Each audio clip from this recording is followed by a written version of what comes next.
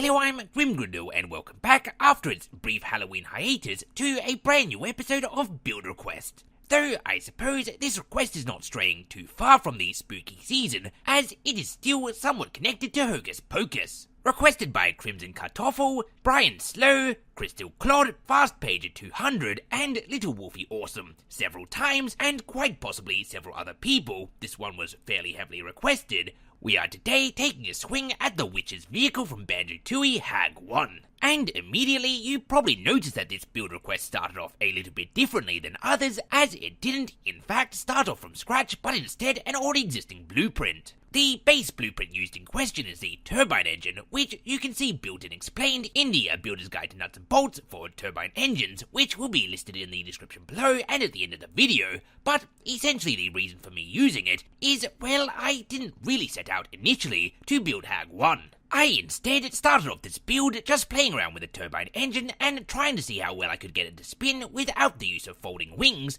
and in the end the design that I ended up with that was spinning quite well was starting to resemble a drill, and at that point I remembered quite a few people wanted me to build Hag 1, and since I was already halfway there, well, I just sort of went along with it. And so I moved to begin to make the vehicle a cockpit area and started to make a method for the drill to drop down from facing upwards to facing forwards. I know that I could have just built the drill facing forwards in the first place, as while a turbine engine that spawns while horizontal doesn't actually give you any lift or propulsion, it really for the purpose of this vehicle doesn't need to. I figured that since in some scenes of the game the drill is facing upwards, and mine was already in that position, I might as well go that little extra step and have it be able to drop down. Getting it to drop down and lock in position was surprisingly easy, and I managed to do it first try without any measuring or anything, which is probably a strong indication that I spend far too much time playing this game. After that was complete, the main focus of the vehicle was largely balance-based. The cabin/cockpit of the vehicle had to be tall enough that the drill wouldn't scrape on the ground,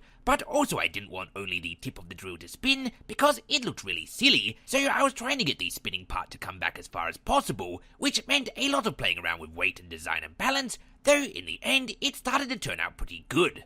I did a lot of corner cutting by making the drill not solid. It looks silly when it's stationary, but once it starts spinning it looks fine, and it ended up so condensed and strangely balanced that it wouldn't start by just jiggling the thumbstick, but I fixed that right up by adding a spring that works as a sort of starter engine. The next step was to try to make it actually be able to drive, which was way more difficult than it should have been, as the sheer weight of the vehicle was pretty immense. It was already fairly close to the part limit, and the fact that a large portion of the vehicle was perpetually spinning really threw off the balance. I mean, Banjo-Kazooie Nuts and Bolts isn't exactly known for its spectacular physics engine, and in this case, I was definitely pushing it to its limits. But after much playing around and many shenanigans, I finally got it to a point where the drill span and the vehicle was actually able to move. It's not going to win any races, but it's also a giant subterranean drill, so I don't really think it's fair to expect it to be able to do so. And at this point, all that was left to do was a couple of minor cosmetic changes and of course a paint job, and we were good to go. And so there you have it, Hag 1 from Banjo-Tooie in Banjo-Kazooie Nuts and Bolts. It can't do everything that Hag 1 can do, but it still at least looks pretty darn good, and the drill actually spins. If you're wanting a copy of this vehicle in your own save, what's going to follow now is the layer by layer of it, and if you're not yet done with the spooky season, then check out our playlist Beyond the Rusted Gate for some original spooky horror stories, and as always, until next time, I have been and still am Grim Grindle.